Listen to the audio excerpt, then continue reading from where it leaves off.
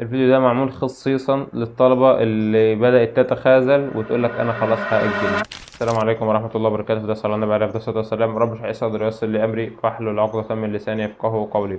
ازيكم يا حبايبي، عاملين إيه؟ يا رب تكونوا بخير إن شاء الله. النهاردة هنتكلم عن التأجيل، والفيديو ده فيديو مهم سواء كنت أنت بتفكر تأجل أو ما بتفكرش تأجل. الفيديو مهم هيفرق معاك جدا بإذن الله. تمام، سلام على رسول الله. أول حاجة، التأجيل ملوش مميزات. يعني ايه؟ مثلا هتيجي تقول لي انا هاجل، انت اللي بيأجل او اللي بيعمل حاجه بيختارها عشان خاطر مميزاتها. هي مميزاتها انها تحافظ لك على درجات، بس الكلام ده في دماغك انت. قال له يعني ايه؟ يعني انا مثلا لو في ماده همتحن فيها اجيب فيها 40 السنه دي من 60، ممكن السنه الجايه ما اجيبش 40. والله ممكن ما اجيب 40 يا راجل. ده انا هقعد، ده انا هاجل السنه كلها عشان ماده هفرمها. متهيألك؟ ما هو ده تفكيرك انت، بس ده مش اللي بيحصل. ده حاجة تانية خالص غير اللي بتحصل. انت عارف هتيجي السنة الجاية تعمل ايه؟ طول السنة قاعد زي الباشا. طبعا مش زي الباشا ولا حاجة، انت طبعا محدش طايقك في البيت. طبعا انت المفروض بدل ما كنت تفرحهم وتعيشهم يوم نتيجة حلو بإذن الله. تمام، حتى لو يوم نتيجة يا عم ولا قدر الله مش المجموع اللي هم نفسهم فيه، بس هم كانوا خلاص عايزين يخلصوا وانت تبقى رايح الكلية وطالب جامعي وبتاع وخلاص خلصوا من تالتة ثانوي. لا، تعيشهم تاني تالتة ثانوي وتوترهم تاني في تالتة ثانوي ودروس ومصاريف ومواصلات وكتب. تمام، ومبوظ اعصابهم حرفيا. فطبعا هم محدش طايقك في البيت. تمام. تاني حاجه، رموا طوبتك يا باشا. يعني ايه رموا طوبتي؟ يعني خلاص محدش بقى فارق معاه. مش جايه معاهم. ليه؟ انت مش معرفهم من الاول، انت تخاذلت في الفتره ديت، فعشان كده بتقول انا لا انا هاجل. تمام. فالمهم انت تيجي اخر السنه تلاقي نفسك بعد 8 شهور مثلا او 10 شهور عدوا من السنه، اخر شهر بقى تكلم بقى اي حد من الناس اللي هي بتاعت زمان ديت، بتاعت الدفعات اللي اتخلصت، اللي هو ممكن يكون صاحبك او صديقك، وتقول له اعمل ايه في الفيزياء ولا اعمل ايه في الكيمياء، الماده اللي انا اجلتها دي مش عارف اذاكرها، مش عارف اخلصها، مش عارف. تمام، وتفضل بقى تصيح. شوف، يعني انت بفكر انت مثلا هتفضل طول السنه انت بتروح الدروس؟ يعني انت مش هتستحمل تروح الدروس والله. بالنسبه لك الناس اللي في الدفعه دي وان كانت اصغر منك بسنه، بس بالنسبه لك عيال.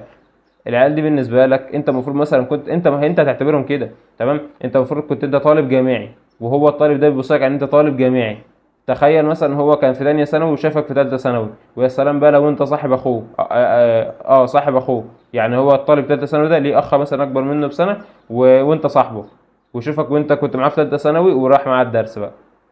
يعني بص بقى قمة البص، يعني مش عارف قمة العفانة والله. يعني انا مش عارف اقول لك ايه الصراحة. تمام، فانت مش بتفكر في الحاجات دي ليه؟ مش بتفكر ليه في انك هتكلف اهلك مصاريف تاني؟ مش بتفكر ليه في انك هتوتر اهلك تاني معاك؟ مش بتفكر ليه في انك هتحبط الناس اللي في عيلتك؟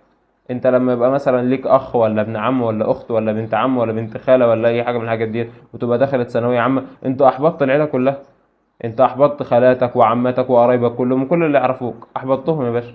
ما فكرش ليه في شكل ومنظر امك وابوك اخر السنه وهم مثلا احنا عندنا ثانويه عامه، عندنا ثانويه عامه، عندنا ثانويه عامه، وخصوصا بقى لو انتوا مثلا ساكنين في عماره فيها دوشه او ساكنين في بيت عيله وعمالين يسكتوا لك في ده ويسكتوا لك في دي، والعيال الصغيره ما يخشوش والعيال الصغيره ما يعملوش عشان خاطر البيه بيذاكر.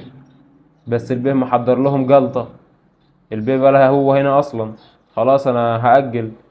كل تفكيره يا باشا في نفسه. انا من كتر ما انا في ستريس محطوط عليا، انا عايز اهرب من الاستريس ده، اعمل ايه؟ هاجل. انتوا تولعوا ب 60 جاز. تمام. كل الناس ديت انت خلاص انت ضيعت ثقتهم في الثانويه العامه عموما.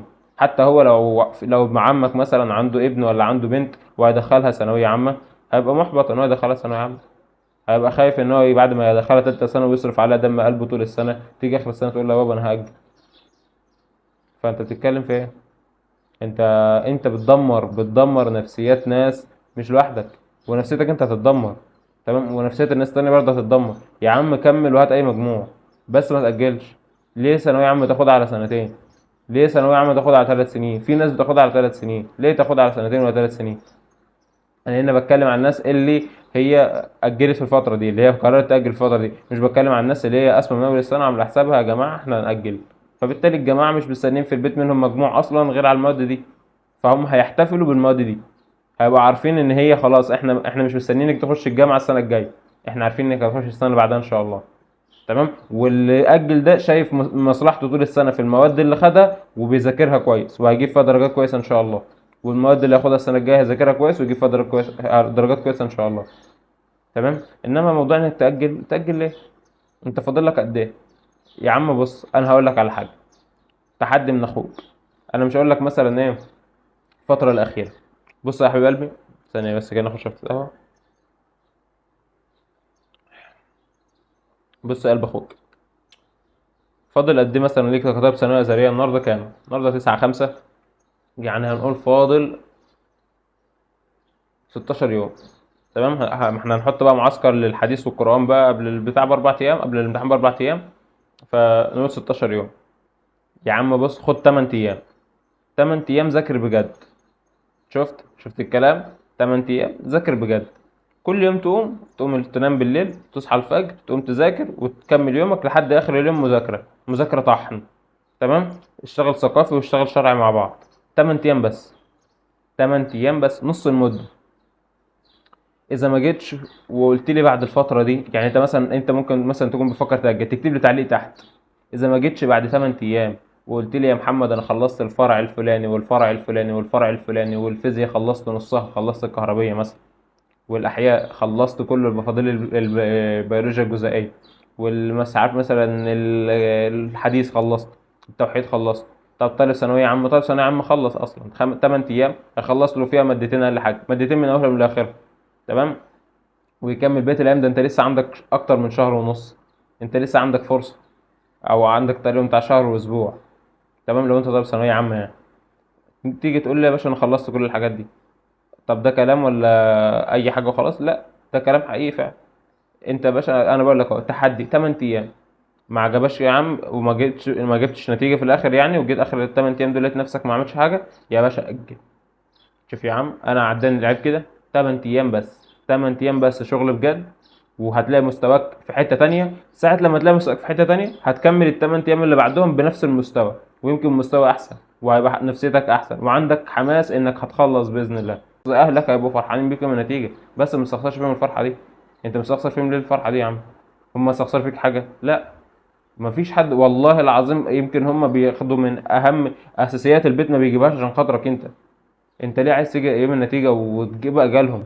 صلى على النبي. السلام عليكم ورحمه الله وبركاته. اشوفكم على خير. سلام.